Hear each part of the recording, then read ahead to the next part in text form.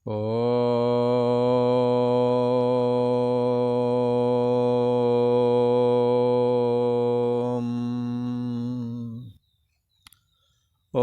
गुरु ब्रह्मा गुरु विष्णु गुरुदेव महेश्वरा गुरु साक्षात् परम ब्रह्म तस्मै श्री गुरुवे नमः। योगेश्वर श्री कृष्ण भगवान की जय। ऐं सरस्वत्यै नमः। पूर्व का प्रसंग एक बार स्मरण करते हैं। पूर्व में भगवान श्री कृष्ण साधकों के लिए, जिज्ञासु के लिए अनन्य चेता होने की बात कहते हैं। अनन्य चित्त होना चाहिए भगवान के लिए। दूसरे में चित्त ना जाए परमात्मा श्री कृष्ण के अलावा, तो उसे कहेंगे अनन्य चेता। पर क्यों ना जाए, चित्त का काम है जाना। तो इसको हम क्या उपाय करें कि चित्त भगवान में आवे। तो चित्त का ये स्वभाव होता है, जहाँ कुछ लगता है वहाँ ये जाता है। इसे लगेगा कि वहाँ अमुक वस्तु है तो वहाँ को जाएगा, पर ऐसा लगने लगे जहाँ ये जाना चाहता है वहाँ कुछ है नहीं। यदि कभी ऐसा लगे तो स्वाभाविक ही वहाँ मन नहीं जाएगा। जैसे अपार समुद्र में जहाज जा रहा था, उस पर एक पक्षी बैठा हुआ था। पक्षी जो है वहाँ से उड़ता है और चारों ओर घूम के आया, कहीं पर उसे बैठने की जगह नहीं मिली। तब हार थक के उसे ये बात उसके दिमाग में आ गई कि यही एक आश्रय है और दूसरा कोई आश्रय है ही नहीं। इसलिए वो पुनः जहाज पर आता है। तो ये बात ये उसकी बुद्धि ने तब स्वीकारा जब उसने देखा कि आश्रय कहीं है नहीं। इसी प्रकार से यदि हम परमात्मा श्री कृष्ण को व्यापक, जैसा कि गीता कह रही है, व्यापक जाने और सर्वरूप जाने, सर्वज्ञ जाने, तो ये बात संभव है। भागवत में कहा, एतावदेव जिज्ञासम तत्व जिज्ञासुनात्मने अन्वय व्यतिरेकाभ्याम यत स्यात् सर्वत्र सर्वदा। जो हर जगह रहता है और हर समय रहता है वो होता है व्यापक। हरि स्यात् सर्वत्र सर्वदा। ये परमात्मा श्री हरि, ये परमात्मा श्री कृष्ण हर जगह हैं और हर समय हैं। ऋषियों ने कहा, कौन सा ऐसा देश है जहाँ परमात्मा नहीं है, जहाँ ये श्री हरि है नहीं। देश काल, कौन सा समय ऐसा है जिस समय में भगवान ना हो। कौन सी दिशा ऐसी है जो भगवान से रहित है। देश काल दिस विदिशो माई, कहो सो कहाँ जहाँ प्रभु नाई। ऐसी कौन सी जगह है जहाँ परमात्मा नहीं है। अर्थात परमात्मा सब जगह है, सब समय है, सब दिशाओं में है। जब ऐसा साधक जानता है, हाँ, उसके लिए कहते हैं कि फिर वो अनन्य चेता उसे होना ही पड़ता है। परमात्मा श्री कृष्ण के लिए कहते हैं, समस्त देवों की, ऋषि महर्षियों की, सबकी उत्पत्ति परमात्मा श्री कृष्ण से हुई है। परमात्मा श्री कृष्ण का जो अंतर्यामी रूप है, वही माया को स्वीकार करके ईश्वर होकर के सृष्टि रचना करता है, और परिच्छिन्न माया जो मन है उसको स्वीकार करके हमारे व आपके रूप में बन करके बैठता है। एको देवा, एक ही देव है, दूसरा कोई देव नहीं है। भगवान श्री कृष्ण के लिए कहते हैं, आकाशात पततम तोयम यथा गच्छत सागरम सर्वदेव नमस्कारा केशवम प्रति गच्छति। आप जो भी पूजा अर्चना करते हैं, जो भी नमस्कार करते हैं, ये सब भगवान केशव को प्राप्त होता है। बोले कैसे? जैसे बादल बरसता है, सारी पृथ्वी पर जल ही जल हो जाता है, पर वो जल नदियों के माध्यम से समुद्र को चला जाता है।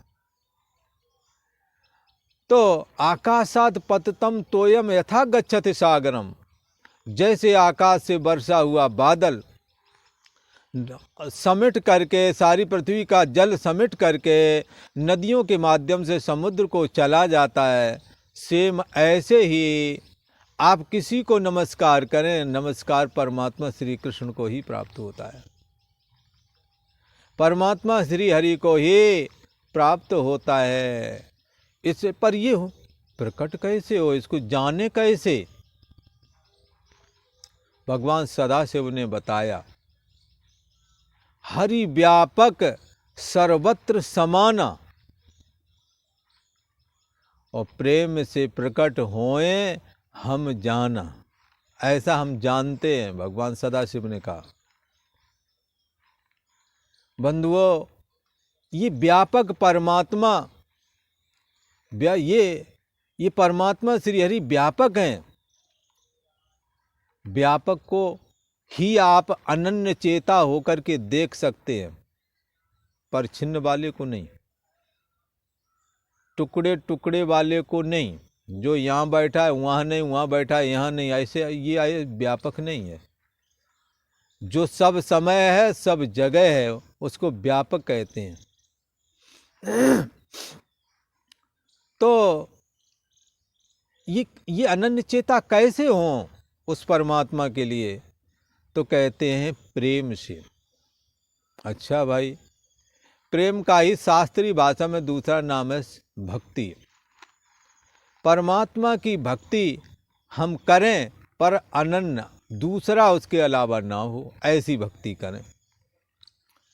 आपके आराध्य देव सदाशिव हैं तो कोई बात नहीं, सदाशिव की भक्ति अनन्य चेता होकर के करनी है। ईश्वर एक है, उसके पोज अनेक हैं, कार्य भेद से। जब जैसा कार्य पड़ता है, जैसे नृसिंह भगवान आदि शेर आधा आदमी, ऐसे भी अवतरित हुए हैं भगवान श्री हरि। किस कारण? हिरण्याकश्यप को मारने के लिए।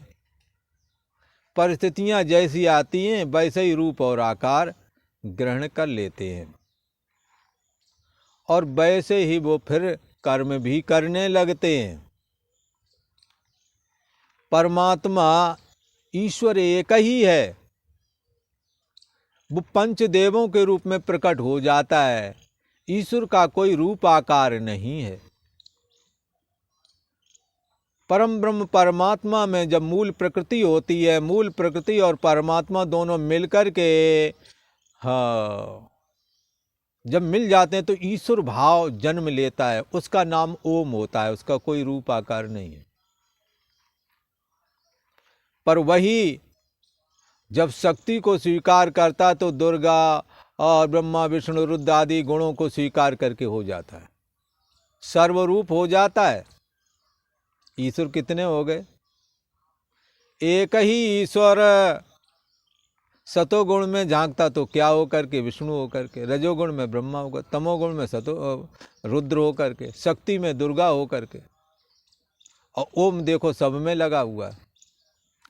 इसलिए अनन्य चेता, गीता के अनुसार भगवान ने जो बताया है ज्ञान, उसको धारण करें, अनन्य चेता हो सकते हैं।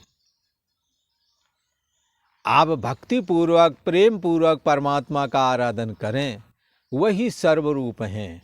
यदि भगवान श्री कृष्ण पर निष्ठा है तो भगवान श्री कृष्ण सर्वरूप हैं, ऐसा मान के चलो। और इनकी उपाधि ये जो माया है दिखती नहीं है, मतलब पर है, कार्य सब दिखता है माया का। माया महाठगनी हम जानी, ये माया महाठगनी है। बचपने में हमें खेल में लगा दिया, परमात्मा की ओर नहीं जाने दिया। जवानी में खेल का रंग बदल गया। पहले गुड्डा गुड़िया से खेलते थे बच्चे, फिर गुड्डा गुड़िया उनका विवाह भी करते थे। जो काम बचपने में वैसे करते थे वो काम जवानी में सीधा ही सीधा करने लगे। जवानी स्त्री पुरुष के आकर्षण में चली गई। वृद्धावस्था में जवानी में जो किया वो वासना, जैसी मन में वासना थी, जो करना चाहे कर लिया। पर वृद्धावस्था में इंद्रियां थक गईं तो वही वासना तुम्हारी तृष्णा के रूप में तब्दील हो गई। जैसे जवानी बुढ़ापा के रूप में तब्दील होता है, जवानी बुढ़ापा के रूप में तब्दीली लाता है, ऐसे ही वासना जो जवानी में विषयों का सेवन करते रहे, वो वासनात्मक क्रियाकलाप सब के सब तृष्णा के रूप में वृद्धावस्था में उपस्थित होते हैं। तृष्णा सांपिन के ही नहीं जा रहा। इस तृष्णा ने किसको नहीं जलाया। शरीर शांत होता है, कहाँ चला जाता है? किसी ने कहा महाराज ये मरने के बाद जीव कहाँ जाता है? परम ब्रह्म परमात्मा ने पहले सृष्टि प्रक्रिया समझें। आत्मनः आकाशा संभूतः, आकाशात वायु, वायु रग्नि, रग्नि रापः, रग्नि अग्नि, अग्नि से फिर रापः यानी जल हुआ, और आपात पृथ्वी, फिर पृथ्वी हुई, और इनका पंचीकरण हो गया तो हमारे तुम्हारे शरीर बन गए रजवीर के संयोग से। तो आत्मना आकाशा संभूता, आत्मा से आकाश प्रकट हुआ। कौन सा आकाश? अव्याकृत आकाश, जो दिखता नहीं है, जिसका कार्य तो दिखता है पर जो नहीं दिखता, स्वयं जो नहीं दिखता है पर उसका कार्य दिखता है, उसको कहते हैं माया, उसको कहते हैं अव्यक्त। आमन नहीं, जो दिखता नहीं पर काम सारे करता है, उसको कहते हैं अव्यक्त। उसी को दूसरी भाषा में मूल प्रकृति भी बोलते हैं, उसी को माया भी बोलते हैं। तो भगवान श्री कृष्ण कहते हैं हमारे अलावा सारा का सारा जगत क्षणभंगुर है और नाशवान है। बोले ब्रह्मलोक वगैरह, ये बोले ये भी, ये बात अलग है। मृत्यु लोक की अपेक्षा वो ज़्यादा समय रहने वाले लोक हैं, वहाँ के लोगों की उम्र ज़्यादा है, वहाँ का दिन बड़ा है। जैसे हमारा एक साल देवताओं का एक दिन, हमारा एक महीना पितरों का एक दिन, 1000 चतुर्युगी 1000 बार बीत जाए ब्रह्मा जी का एक दिन, पर वो भी एक ना एक दिन नष्ट हो जाता है, ब्रह्मलोक भी। अच्छा, नष्ट तो हो जाता है, पर ये सब जाता कहाँ है? तो प्रकट कहाँ से हुआ था पहले ये बताओ। जहाँ से प्रकट हुआ वहीं से वहीं लीन होवेगा। इसलिए जासे उपजे नानका लीन ताहि में होए। ये एक सिद्धांत है, जो वस्तु जिससे प्रकट होती है लीन भी उसी में होती है। जैसे हमारा ये शरीर मिट्टी माना जाता है, इसलिए मिट्टी से प्रकट हुआ अन्न उससे रजबीर बना, उससे शरीर का निर्माण हुआ। और जब शरीर ये जीवात्मा जब निकल जाता है तो शरीर भी मिट्टी में मिल जाता है। खैर, ब्रह्मलोक और उनके रहने वाले वहाँ के लोग, ये सब परमात्मा श्री कृष्ण ने कहा मेरे अलावा और कुछ भी स्थायी नहीं है। मैं ही एक हूँ जो अविनाशी हूँ, बाकी सब नाशवान हैं, ऐसा कहते हैं। चाहे भले ही 1000 चतुर्युगी यहाँ बीत जाए, वहाँ एक दिन बीते ब्रह्मा जी का, पर ऐसा ब्रह्मा जी जहाँ रहते हैं, ऐसा जो उनका लोक है वो भी नाशवान ही है, ऐसा भगवान श्री कृष्ण ने कहा। एक जगह इसी बात को लेकर के वैराग्य के निमित्त कहा, ब्रह्मलोक लो भोग जो चाहे सबन का त्याग, वेद अर्थ ज्ञाता मुनि कहाँ ताय बैराग। इतना बैराग होना चाहिए साधक के अंदर। यहाँ की वस्तुएं तो छोड़ो, हमें ब्रह्मलोक तक के भोग नहीं चाहिए। क्या चाहिए फिर आपको? धर्म न अर्थ न काम रुचि, गति न चाहो निर्वाण। बोले फिर जन्म जन्म रति राम पद, यह वरदान न आन। हमें परमात्मा की भक्ति चाहिए, उनका स्मरण चाहिए। जही जौन जन्मो कर्म बस, तहाँ राम पद अनुराग हूँ। बाली ने कहा था मरते समय, हे प्रभु मैं जहाँ भी जन्मूँ अपने कर्म के अनुसार, क्योंकि कर्म का सिद्धांत, कर्म जो तुमने किया अवश्य में भोक्तव्यम, कृतम कर्म शुभाशुभम, न भुक्तम छियते कर्म कल्प कोटि शतैरपि। 100 कल्प क्यों न बीत जाएं, तुमने जो कर्म किया है वो तुम्हें ही भोगना होगा। कर्ता के पीछे कर्म लगा रहता है, और तब तक पीछा करता है जब तक कि उसका कर्म फल भोग देने के बाद में ही हटता है। इसलिए हे प्रभु, हम कर्मों के अधीन होकर के जहाँ भी जन्मे, पर जहाँ भी जन्मूँ वहाँ मैं आपके चरणों का सेवा शुश्रूषा, आपके चरणों की अनन्य भक्ति का हमारे हृदय में निवास हो। उन्हें कुछ चाहिए नहीं, जाय न चाही कभू कछु, प्रभुसन सहज सने। कभी कुछ नहीं चाहिए, केवल भगवान की भक्ति ही और दूसरा नहीं। और भक्ति मुक्ति लेकर के आती, ज्ञान वैराग लेकर के आती है, इसलिए साधक की मुक्ति हो जाती है।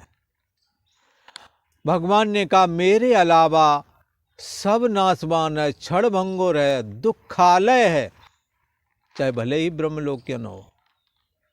तो ठीक है महाराज, यहाँ के अथवा ब्रह्मलोक के जितने भी जीव चराचर सब नाशवान है। बोले सब नाशवान है। बोले अच्छा, ये जाते कहाँ हैं? तो बोले आए कहाँ से थे? हाँ, परमात्मा में जो मूल प्रकृति आई थी, जिसको कहे अव्यक्त, जो दिखती, स्वयं तो दिखती नहीं, उसका कार्य दिखता है। उसका कार्य माया नहीं दिखती, पर माया में जो झांक रहा है वो ईश्वर सारा जगत का कार्य करता है। सृष्टि रचय जगत में सृष्टि की रचना करता है। और माया ने परिच्छिन्न रूप बना करके मन बन गई। वो मन तो दिखता नहीं, पर हम लोग परेशान मन ही थे। जो ना दिखे, जिसका कार्य दिखे, उसको कहते हैं अव्यक्त, उसी को माया कहते हैं, उसी को मूल प्रकृति कहते हैं। उसी से तत्सृष्ट्वा तान आनि प्राविशत। उस न दिखने वाली माया को स्वीकार करके ईश्वर ने जगत बनाया है, हमारे आपकी रचना की है। समष्टि माया से जब वो देखता है तो अपने को परम ब्रह्म परमात्मा ईश्वर कहता है, और जब व्यष्टि माया मन से झांकता है तो अपने को जीव कहता है। एक ही देव है। तो कहाँ से प्रकट हुआ? सब कुछ अव्यक्त माया से प्रकट हुआ। लीन कहाँ होवेगा? जो वस्तु जहाँ से उत्पन्न होती है उसी कारण में लीन होती है। भगवान श्री कृष्ण कहते हैं सारी सृष्टि अव्यक्त माया से जन्म लेती है, लीन भी उसी में होते हैं सब, चाहे वो ये मनुष्य लोक के लोग हों, चाहे ब्रह्मलोक के हों, चाहे 14 भुवन ये सारा ब्रह्मांड नष्ट होता है, सब उसी में जाकर के लीन होते हैं। अभी प्रक्रिया आप देखें, आप सोएंगे तो आपकी जैसे ही चेतना अंतर्मुख होवेगी, नींद आएगी, बाह्य इंद्रियां और जगत लीन होवेगा। कहाँ गया? मन में। मन माया का अंश है, और ये सारे मन में लीन हो जाते हैं। तब मन स्वप्न देखता है, फिर मन स्वयं लीन होता है, तब स्वप्न भी दिखना बंद हो जाता है।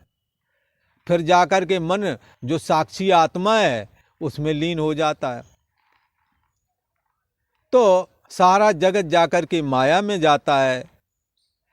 पहले मन में हमारा सारा देह और जगत समाएगा, और मन माया में लीन होगा, और माया परमात्मा में लीन होगी। ये सिद्धांत है। भगवान श्री कृष्ण उस प्रलय के दृश्य का, किस प्रक्रिया से प्रलय होती है और जीव सारे कहाँ जाते हैं, इस बात को कहते हैं। ये गीता का 8वां अध्याय है और 18वां श्लोक है। भगवान श्री कृष्ण कहते हैं, अर्जुन, ये समस्त प्राणी उत्पन्न और लीन होते रहते हैं। पुनरप जन्म पुनरप मरण वाला सिलसिला तो चलता ही रहता है, और महाप्रलय में एक साथ भी सब मरते हैं। और जब महाप्रलय के बाद में जब ब्रह्मा जी की रात्रि का अंत आता है तो रचना भी होती है साथ में। तो उसके लिए कहते हैं, अव्यक्तादिव्यक्तया सर्वा प्रभवन्ति हरागमे रात्र्यागमे प्रलीयन्ते तत्रैवाव्यक्त संगिके।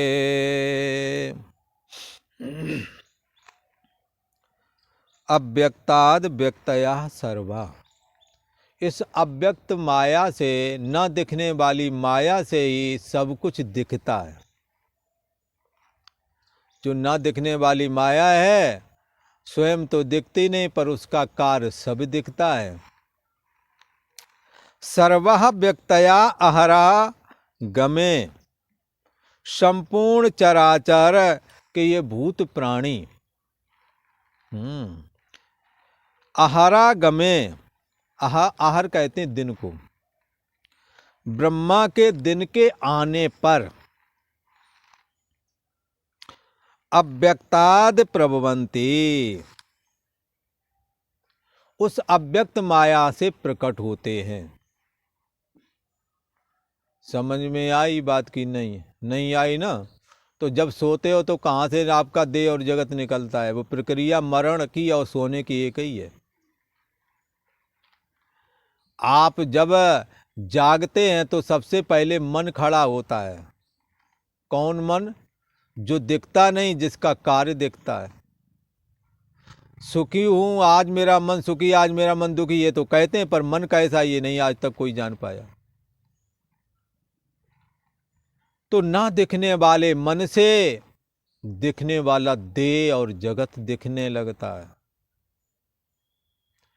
ऐसे ना दिखने वाली अव्यक्त मूल प्रकृति से ना दिखने वाला ही है, वो दिखती नहीं है। वो उसी से ही प्रथम अहम ब्रह्मा फुरता है, जो समष्टि मन कहलाता है।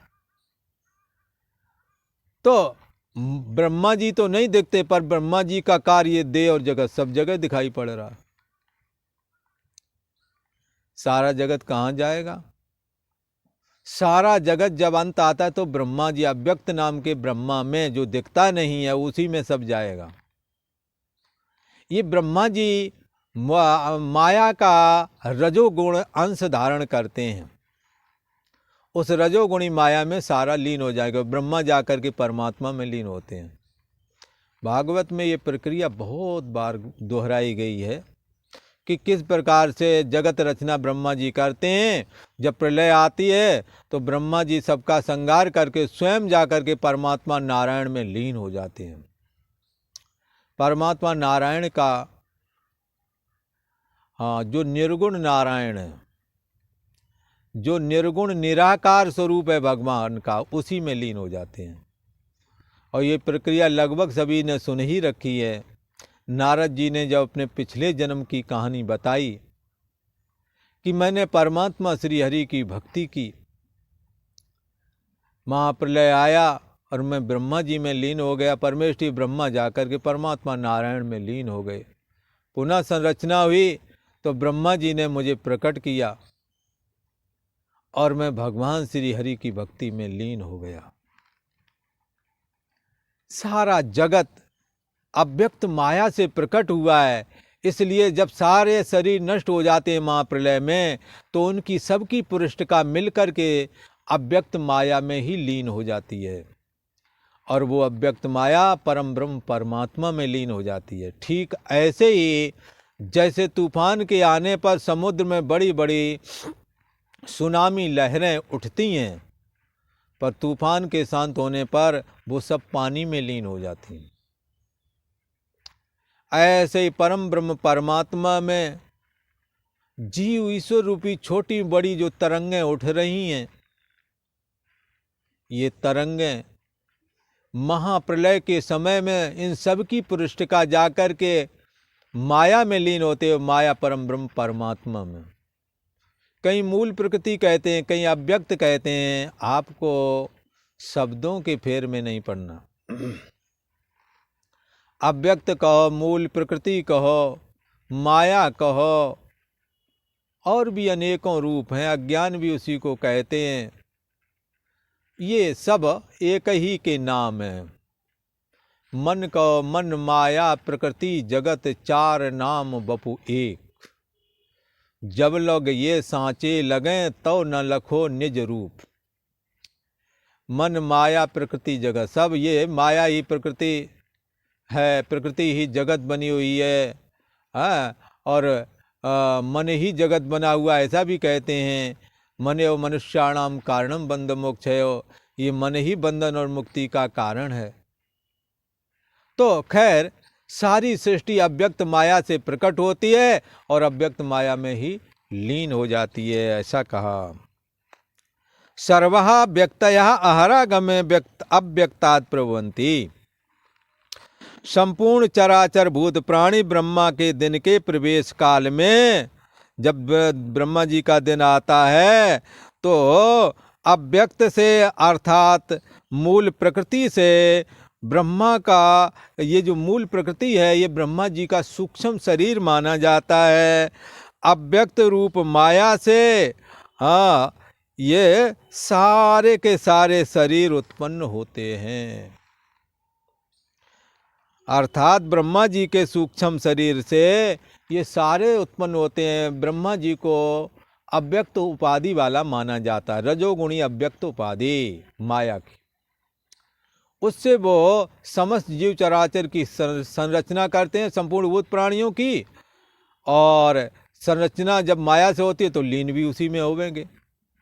खैर, तो और जब रात्रि आती है ब्रह्मा जी की, जब रात्रि आती है उस समय अव्यक्त संग के एव प्रलीयन्ते, उस समय में भी अव्यक्त नाम का जो ब्रह्मा जी का सूक्ष्म शरीर है, जिसका कार्य ये देह और जगत तो दिखता है पर ब्रह्मा नहीं दिखता, ऐसा न दिखने वाला अव्यक्त ब्रह्मा जी का जो सूक्ष्म शरीर है, उस शरीर में ही जा कर के ये सब भूत प्राणी लीन हो जाते हैं, ऐसा कहा।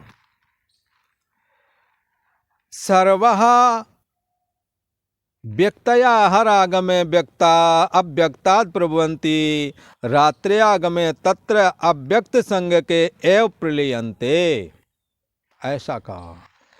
अर्थात संपूर्ण चराचर भूत प्राणी ब्रह्मा जी के दिन के प्रवेश काल में अव्यक्त से अर्थात ब्रह्मा जी के सूक्ष्म शरीर से उत्पन्न होते हैं और ब्रह्मा जी की रात्रि के प्रवेश काल में उस अव्यक्त नामक अर्थात ब्रह्मा जी के सूक्ष्म शरीर में ही ये सब लीन हो जाते हैं, ऐसा कहा। और आज इतना ही। ओम शांति शांति शांति।